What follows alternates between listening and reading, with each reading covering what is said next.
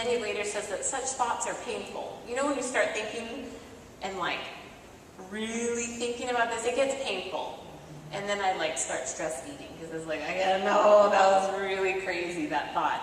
But then he goes on to state that we can never know who or what we are till we know at least something of what God is. So I was like, this is kind of just bringing it a little closer to home for me.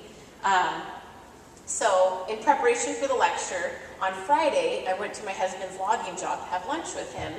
And him and his uncle, they worked together. They were breaking for lunch.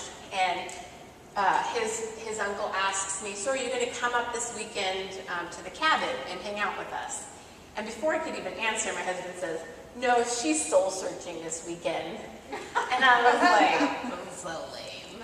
And then my husband's uncle says, do you need to find yourself? And so they start teasing me because my husband knew I had to prepare for the lecture, and they love teasing everybody. And he goes, isn't that something all girls need to do? They need to find themselves. So they were joking with me. But in part, it was true, because I needed to do some searching out in Scripture to discover who I am.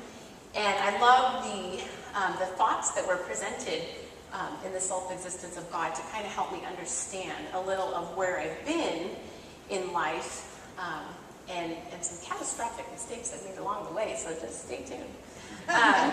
So that was all good.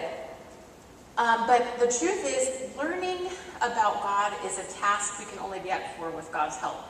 He has to teach us. He has to make it clear to my sin-damaged mind. And he has to reveal the truth to me. I cannot do this in Cherie's own abilities. It's not going to happen.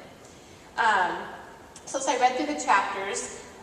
Like I told you, I was drawn to the self-existence of God, and especially the concept of a stolen throne. Did anyone recall reading that in their reading? Okay, got one yes. Talking to you then, Linda. Okay, so you can kind of peek at your notes. We'll actually use those today. The self-existence of God means he is, has always been, and always be the I am that I am. So we knew in our study time that God has no origin. We know that God has no equal. He has no superior. Because of that, he is the one on the throne, correct? He is the I am that I am. But here's the problem. The natural man, and here's your first blank. Brandy's not ready. It's not recording. It's okay. Don't worry. So Kelly won't think it's okay. She's waiting to record. Sorry. I'll just give you the answer. The natural man is the sinner. And this is just straight out of Tozer. Because and only because he challenges God's selfhood in relation to his own. The natural man is a sinner. Why? I'm glad you asked. Because and only because he challenges God's selfhood in relation to his own.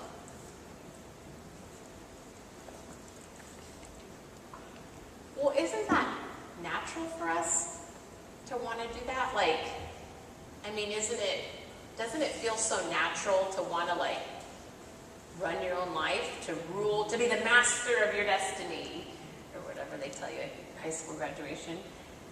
Isn't that just kind of a natural thing? Like, take charge, make decisions, be assertive, be independent. I've just taught that. I went to Christian school and stuff, and they were always telling me, do whatever you want to do, but like in career choice, with guidelines. But so anyway, so that's where my story begins. When I went off to college at age 18, I decided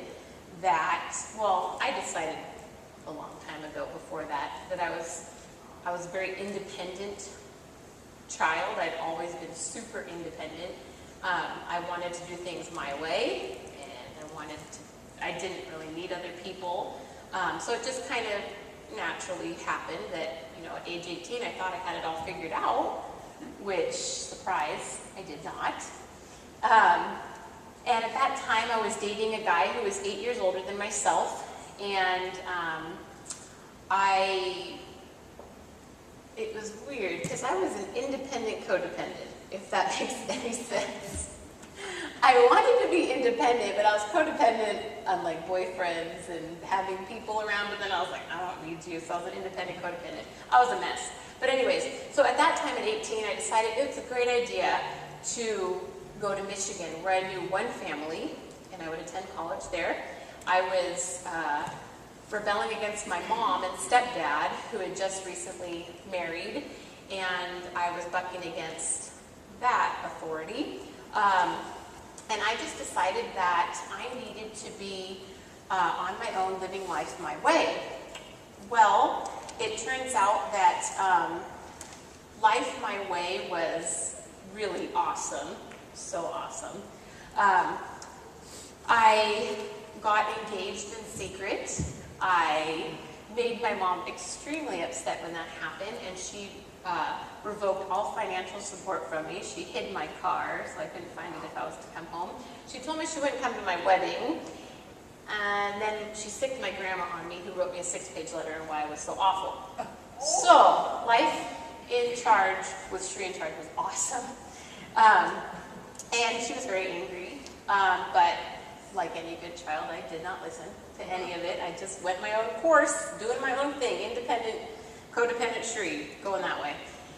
And I said yes to this guy, because I didn't want to hurt his feelings and say no. So that was a really good reason to say yes to someone when they proposed.